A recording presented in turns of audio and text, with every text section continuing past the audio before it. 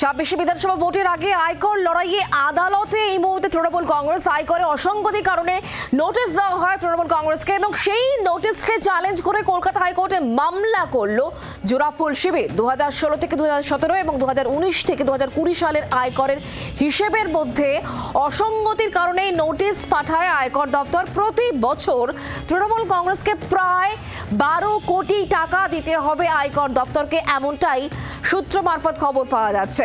হাইকোর্টের নির্দেশে হলফনামা জমা দিয়েছে তৃণমূল কংগ্রেস। আর এই বিষয় নিয়ে তৃণমূল সাংসদ সৌগত রায়ের বক্তব্য শোনাবো। আমি একদমই সমর্থন করি না। আগে কোনোদিন ইনকাম ট্যাক্স ডিপার্টমেন্ট রাজনৈতিক দলদের নোটিশ পাঠান, এটা ওরা পাঠিয়েছে। তবে তৃণমূলের ইনকাম ট্যাক্স অ্যাডভাইসার আছে, তারা জবাব দিয়ে দেবে। আইটি দপ্তরের নোটিশে কিছু হয় না। আর ঠিক এই বিষয় নিয়ে শ্রমিক ভট্টাচার্য বিজেপি নেতার বক্তব্য শোনাবো, আর অন্যদিকে বিকাশ রঞ্জন ভট্টাচার্য সিপিআইএম নেতার বক্তব্যই বাকি শোনাবো। অসঙ্গতি এবং অসহিষ্ণুতা এটা তৃণমূলের সঙ্গে একটা সমার্থক শব্দ।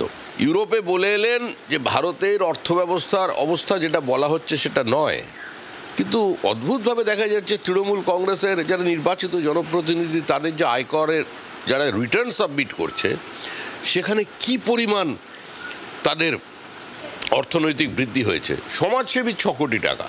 তো এটা কি ভারতীয় অর্থনীতি শক্তিশালী হচ্ছে না?